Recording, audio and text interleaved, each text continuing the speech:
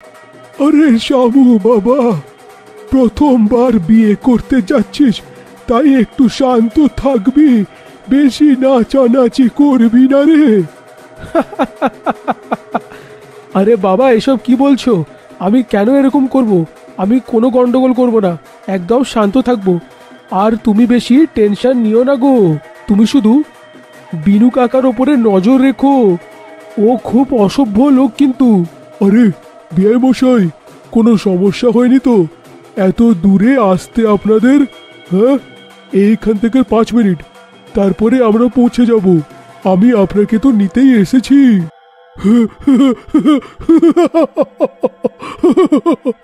অনেকদিন পরে এত মোটা মাল এসেছে, অনেকদিন পরে। লুটে নাও, এই বরযাত্রীকে লুটে নাও। আর যদি কেউ সামনে আসে তাকে গুলি করে দাও। সর্দারেদেরকে যেতে দিন, আপনি এরকমটা করবেন না। যত টাকা লাগে আমি আপনাকে দেব, কিন্তু এরকম করবেন না, খুব বদনাম হয়ে যাব আমি। আমাকে তুই ভিখারি ভেবেছিস? হ্যাঁ, আমি ডাকু, লুট করে খাই, বুঝলি তুই? এতটা বলে গব্বর বরযাত্রীদের গুলি করে মেরে ফেলে। সবাই মারা যায়। এই খবরটা গ্রামে ছড়িয়ে যায়। গ্রামবাসীরা বধূ, যার নাম গৌরী ছিল, তাকে দেখে দেখে নানান কথা বলতে লাগে। একদিন গৌরী গ্রামে কোনো কাজে যেতে থাকে। তখনই দুটো মহিলা পরস্পরের সাথে গল্প করতে করতে বলে, দেখো কেমন নেচে নেচে যাচ্ছে অপয়া কোথাকার, সারা গ্রামটাকে খেয়ে ফেললো। আজকালকার মেয়েদের তো একটুও লজ্জা নেই। সত্যি বলছো বোন? আমাদের যদি সময়টা হতো তো আমরা তো লজ্জায় মরেই যেতাম, কিন্তু এদেরকেও দেখো এবার। দুজনের কথা শুনে গৌরীর অনেক দুঃখ হয়, আর ও টয়লেটের ভেতরে গিয়ে নিজেকে ফাঁসি দিয়ে আত্মহত্যা করে নেয়। প্রথমে গ্রামের লোকেদের তো অনেক দুঃখ হয়, কিন্তু সময়ের সাথে সাথে সবাই সবকিছু ভুলে ফেলে। 7 বছর পর একটা মাতাল সেই টয়লেটের ভেতরে টয়লেট করতে যায়, কিন্তু দরজাটা খোলে না। মাতালটা বলে, আরে খুব ঢিট দরজাটা তো। আরে আরে খুলে যা, না হলে এখানে বেরিয়ে যাবে, প্যান্টটা ভিজে যাবে। আরে ওই খুলে যা। মাতালটা যেই জোর লাগায়, দরজাটা হুট করে খুলে যায়। টয়লেট তো বেশ পরিষ্কার। এতটা বলে ও ওখানে টয়লেট করতে বসে যায়, কিন্তু তখনই ওখানে একটা ডাইনি চলে আসে, যাকে দেখে মাতাল লোকটা বলে, আরে আরে আরে আরে কি হলো রে? এ তো ডাইনি, আমার তো পুরো নেশাই নেমে গেল। হ্যাঁ, এই আমাকে মেরে ফেলবে, কেউ বাঁচাও রে। হ্যাঁ, আরে কেউ বাঁচাও রে আমাকে। কিন্তু সে কিছু করতো তার আগেই ডাইনিটা তার হাত পা কেটে ফেলে, আর সে মারা যায়। তারপর আবার টয়লেটের দরজাটা বন্ধ হয়ে যায়। কিছুদিন পর গ্রামে কলেজের 5 লোকজনের একটা গ্রুপ ঘুরতে আসে। ওই দলে রাজন আর রানী নামের একটা মেয়ে আর ছেলেও ছিল। কলেজের বাচ্চারা গ্রামে ঘুরতে থাকে, তখনই ওরা সেই টয়লেটকে দেখতে পায়। ওরা টয়লেটের দরজার কাছে একটা মেয়ের ছায়া দেখতে পায়। রাজন বলে, আরে বন্ধুরা, তোমরা এই টয়লেটটা দেখলে? গ্রামের সব টয়লেট খোলা, কিন্তু এটাই বন্ধ। কোনো রহস্য লুকিয়ে নেই তো এতে?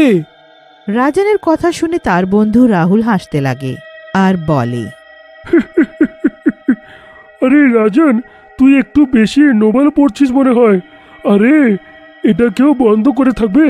কি করে এটা এরকম হতে পারে? তুই পুরো ডাকুর মতন হয়েছিস।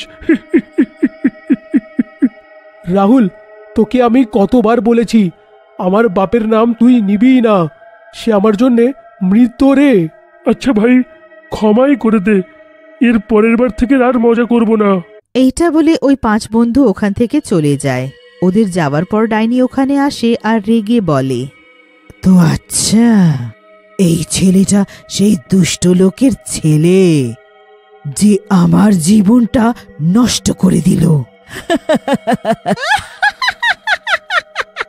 ওকে মেরে আমি আমার প্রতিশোধের আরম্ভ করব।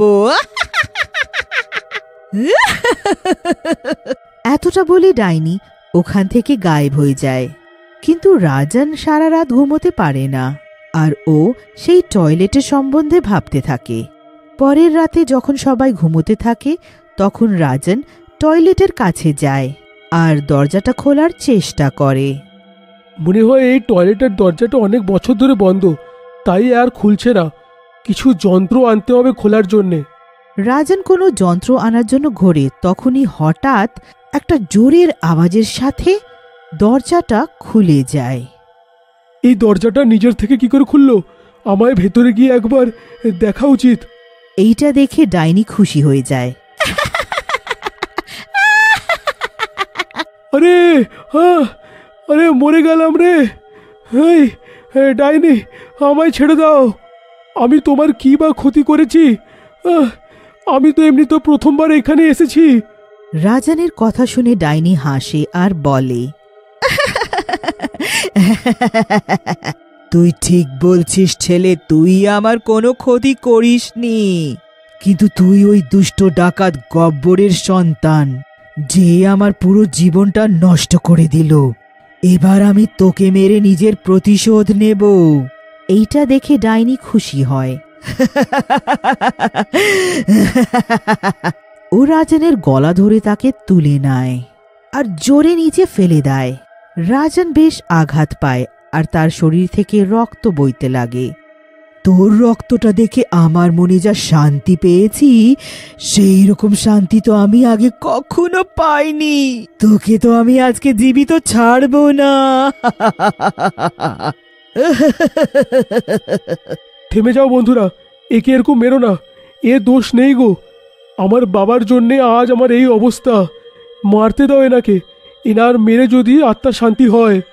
রাজনের কথা শুনে ডাইনির রাগ শান্ত হয় আর সে রাজনকে বলে, তুমি তো একদম নিজের পিতা দিয়ে ভিন্ন।